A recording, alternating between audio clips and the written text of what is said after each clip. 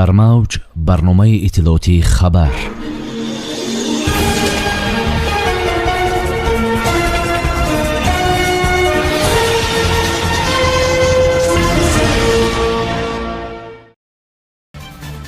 дар Москва ҷаласаи навбатии шӯрои вазирони корҳои хориҷии иттиҳоди давлатҳои мустақил баргузор гардид. нигаронии Қоҳир Расулзода аз нақси ҳуқуқи муҳоҷирони кории тоҷик дар Русия. мулоқот бо котиби генералии Федератсияи ҷаҳонӣ оид ба камонварӣ Том Дилен. Ширӯз истеҳсолро васеъ мекунад. таъминот бо бинӯшокӣ беҳтар мегардад. коргоҳи истеҳсолӣ дар хоҷагии деҳқонӣ. ҳосили фаровони тоғзор. сохтмони нуқтаи таъмини сӯзишворӣ ва барқ барои нақлиёт. дар шаҳри Москва вазири корҳои хориҷии ҷумҳурии Тоҷикистон Сироҷиддин Муҳриддин дар ҷаласаи навбатии шӯрои вазирони корҳои хориҷии иттиҳоди давлатҳои мустақил иштирок намуд. хабар медиҳад Амид Ховар бо истинод ба вазорати корҳои хориҷии ҷумҳурии Тоҷикистон. вазирони корҳои хориҷӣ доир ба масъалаҳои мубрами рӯзномаи байналмилалӣ ва ҳамкорӣ дар доираи иттиҳоди давлатҳои мустақил табодули афкор намуданд. дар заминаи масъалаҳои амнияти Сироҷиддин Муҳриддин дар бораи ҷонибдории Тоҷикистон вобаста ба андешидани тадбирҳои пешгирикунанда дар доираи иттиҳоди давлатҳои мустақил оид ба мубориза бо терроризм, ифротгароӣ, гардиши ғайриқонунии маводи мухаддир ва ҷиноятҳои муташаккили фаромилӣ сухан кард. Сироҷиддин Муҳриддин давлатҳои иттиҳодро даъват намуд, ки дар конфронси навбатии байналмилалӣ, ки аввали моҳи ноябр аз ҷониби Тоҷикистон дар якҷоягӣ бо Созмони Милали Муттаҳид ва ҳукумати Кувайт дар чаҳорчоби раванди душанбе оид ба мубориза бо терроризм дар шаҳри Ал-Кувайт баргузор мегардад, иштирок намоянд. Қоҳир Расулзода, сарвазири ҷумҳурии Тоҷикистон, дар ҷаласаи комиссияи байни ҳукуматии Тоҷикистон ва Русия гуфт: Тоҷикистон аз вазъи санҷишҳои муҳоҷирон дар Русия, ки дар ҷараёни онҳо ҳуқуқҳои шаҳрвандони ҷумҳурӣ поймол мешаванд, нигарон аст. иттилоъ медиҳад Азия Плюс бо истинод ба ТАСС. ба гуфтаи ӯ, дар ҳамин ҳол Русия шумораи ҷалби муҳоҷирони кориро аз Тоҷикистон зиёд мекунад. мо аз тамоили густурдаи поймол кардани ҳуқуқ ва озодиҳои асосии шаҳрвандони мо ҳангоми гузарондани чорабиниҳо барои танзими раванди муҳоҷират дар Русия нигаронем. ҳолатҳои роҳ надодан, манъи вуруд ва ихроҷи шаҳрвандони Тоҷикистон бо ишораи норавшани таъмини амният афзоиш меёбанд, зикр кард Расулзода. сарвазири кишвар зикр кард, ки ҳолатҳои роҳ надодан, манъи вуруд ва ихроҷи шаҳрвандони ҷумҳурӣ бо баҳонаи таъмини амният ба қайд гирифта шуданд. ӯ таъкид намуд, ки дар марз одамон метавонанд соатҳо ва ҳатто рӯзҳо нигоҳ дошта шаванд ва ин мушкилот на танҳо ба шахсони оддӣ, балки ба аъзои ҳайатҳои расмӣ, донишҷӯён, пиронсолон ва кӯдакон низ дахл дорад.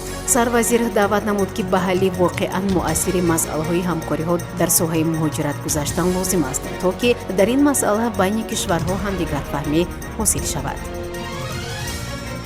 раиси вилояти суғд, раиси Федератсияи Камонварии Тоҷикистон Раҷаббой Аҳмадзода, котиби генералии Федератсияи ҷаҳонӣ оид ба камонварӣ Том Диленро ба ҳузур пазируфт. зимни суҳбат ҷонибҳо доир ба рушди варзиш, аз ҷумла намуди камонварӣ мубодилаи афкор намуданд. раиси вилоят иброз намуд, ки солҳои охир бо ҳидоят ва ғамхориҳои пайвастаи пешвои миллат ба варзиши камонварӣ таваҷҷӯҳи хоса зоҳир гардида, дар вилояти суғд мактаби махсуси варзишӣ оид ба намудҳои камонварӣ таъсис дода шудааст. пайваста мусобиқаҳои варзишӣ гузаронида шуда, таваҷҷӯҳи насли навраз ба камонварӣ зиёд гардида истодааст. котиби генералии Федератсияи ҷаҳонӣ оид ба камонварӣ Том Дилен, ки ҳамчун меҳмон дар мусобиқаи байналмилалӣ оид ба камонварӣ барои дарёфти ҷоми президенти ҷумҳурии Тоҷикистон иштирок дошт, ба сатҳи баргузории мусобиқа баҳои баланд дода, изҳори боварӣ намуд, ки дар оянда низ чунин чорабиниҳои байналмилалӣ ташкил карда хоҳад шуд.